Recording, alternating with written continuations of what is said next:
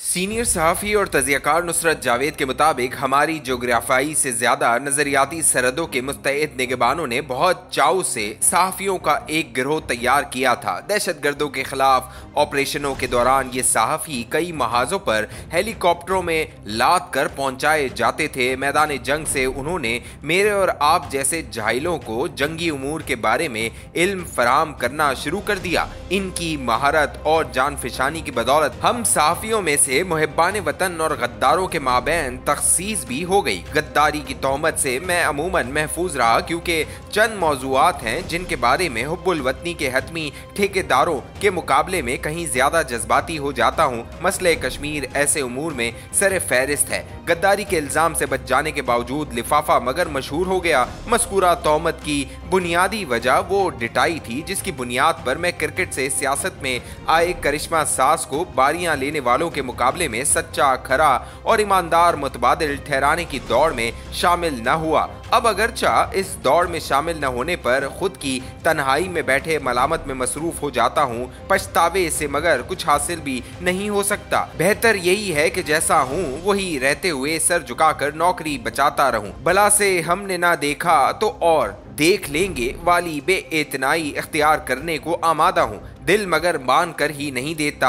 वो जिन्हें हेलीकॉप्टरों में बिठाकर महाजों से हमारी जहन साजी को मामूर किया गया था, इनमें से चंद नुमाया अफराद अमरीका जा चुके हैं। वहां से यूट्यूब की बदौलत कौम की जहन साजी जारी रखे हुए हैं। इनमें से एक साहब ने अपने हालिया खिताब में भारत के नरेंद्र मोदी को समझाने की कोशिश की है कि वो पाकिस्तान पर एतबार न करे। हमारी रियासत के वसाइल से जहन साज बनाए अफराद की एक माकूल तादाद इन दिनों IMF को भी पाकिस्तान की मईशत संभालने से भी रोक रही है। इनकी दानिश में पाकिस्तान के दिवालिया हो जाने के बाद ही अवाम ये दरियाफ्त कर पाएंगे कि इमरान हुकूमत से महरूम हो जाने के बाद हमें चैन का एक पल भी क्यों नसीब नहीं हो रहा। पाकिस्तान के माशी मसाइल और इनके हल के हवाले से कैदी नंबर 804 से बांधी तवक्कुआत मगर आज के कॉलम का मौजू नहीं। गुज़िश्ता 3 रोज से मुझे पाकिस्तान की अफगानिस्तान के साथ बढ़ती कशीदगी परेशान किए हुए है। 3 रोज कबल शुमाली वजीरिस्तान के एक अहम मकाम पर हाफिज गुल बहादुर नामी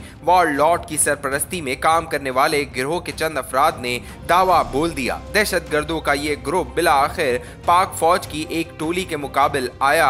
मस्कूरा गिरोह का मुकाबला करते हुए 7 जवान शहीद हो गए। इनमें 2 अफसर भी शामिल थे। शौदा की नमाज जनाजा में हाल ही में दूसरी बार सदर मुंतखब हुए आसिफ अली जरदारी भी शरीक हुए। शौदा के ताबूत को कंधा देने के अलावा उन्होंने दहशतगर्दों को सख्त अल्फाज में सबक सिखाने का पैगाम भी दिया। नौ मुंतखब सदर पाकिस्तान की शौदा की नमाज जनाजा में शिरकत और वहां दिए पैगाम ने मुझे ये सोचने को मजबूर किया कि पाकिस्तान की जानिब से अफगानिस्तान में कई बरसों से पनाह गुज़ीन हुए दहशतगर्दों के चंद ठिकानों के खिलाफ कार्रवाई का इरादा है। पीर की सिपैर में दुरुस्त साबित हुआ। हमारी वजारत खारजा ने एक प्रेस रिलीज के जरिए कौम को मुतल्ला कर दिया कि इतवार और पीर की दरमियानी रात शुमाली और जनूबी वजीरिस्तान से मोहल्लक 2 मकामात पर पाक फिजाइया ने बमबारी की है। इन हमलों के नतीजों में दीगर दहशतगर्दों के अलावा 16 मार्च 2024 को शुमाली वजीरिस्तान में हुई वारदात के सरगना को भी हलाक कर दिया गया है। हमारी जानिब से जायज वजूहात की बुनियाद पर जो कार्रवाई हुई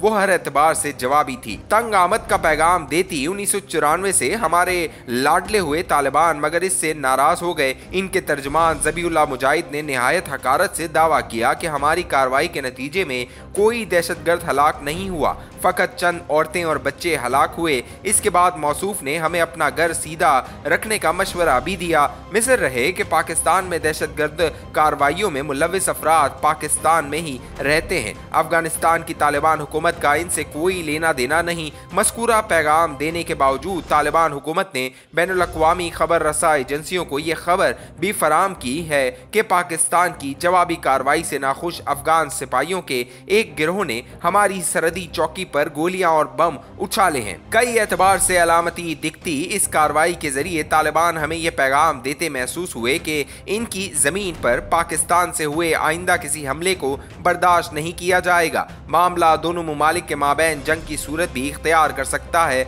मीर अली में हुई दहशतगर्दी और इससे मुश्तइल होकर पाकिस्तान की जानिब से अफगान जमीन पर सबक सिखाती कार्रवाई के बाद से मैंने रेगुलर सोशल मीडिया को बहुत गौर से जांचा है। टीवी टॉक शोज में रेटिंग के हवाले से काबिले रश्क तसव्वुर हुए एंकरों की अक्सरियत ने मज़कूरा मामले को महज सरसरी अंदाज में टच किया। हमारे जहन साजों की अक्सरियत अभी तक ये तय नहीं कर पाई है कि तहरीक इंसाफ के सुन्नी इत्तेहाद कौंसिल में अदगाम का जिम्मेदार किसे ठहराएं। मज़कूरा अदगाम कार बेसुध साबित हुआ क्योंकि इसकी वजह से तहरीक इंसाफ के हिमायती याफ्ता उम्मीदवारों को 8 फरवरी 2024 के रोज मिले इज्तिमाई वोटों की मुनासबत से सुन्नी इत्तेहाद कौंसिल औरतों और अक़लियतों के लिए कौमी और सूबाई असम्बलियों में मुख्तस नशिस्तें हासिल नहीं कर पाई है। मैं जिन दिनों सहाफ़ी था और अस खुद पेशकदमी की गुंजाइश अभी तक हमारे शोबे में मौजूद थी तो हाफिज गुल बहादुर को गुड तालिबान तस्वुर किया जाता था। ये तालिबान की ऐसी किस्म थी जो गैर मुल्की साम्राज्य के कब्जे में आए अफगानिस्तान को आज़ाद करवाने के लिए सरहद पार कार्रवाइयों में मसरूफ रहती थी। पाकिस्तान की सरजमीन पर वो आम और पुरअमन शहरियों की तरह रहते थे। हेलीकॉप्टरों में लाद कर महाज़े जंग पर ले जाए जहन साजों ने मुझे आज तक नहीं बताया कि हाफिज गुल बहादुर गुट से बैठ कब और क्यों हुआ। ये अगदा खुले तब ही मजीद बात हो सकती है पहले मगर ये मालूम करना होगा कि आज़ादी सहाफ़त की मौजूदा बहार में मुझे पाक अफगान ताल्लुकात के बारे में लबकुशाई की सहूलत मैसर है या नहीं।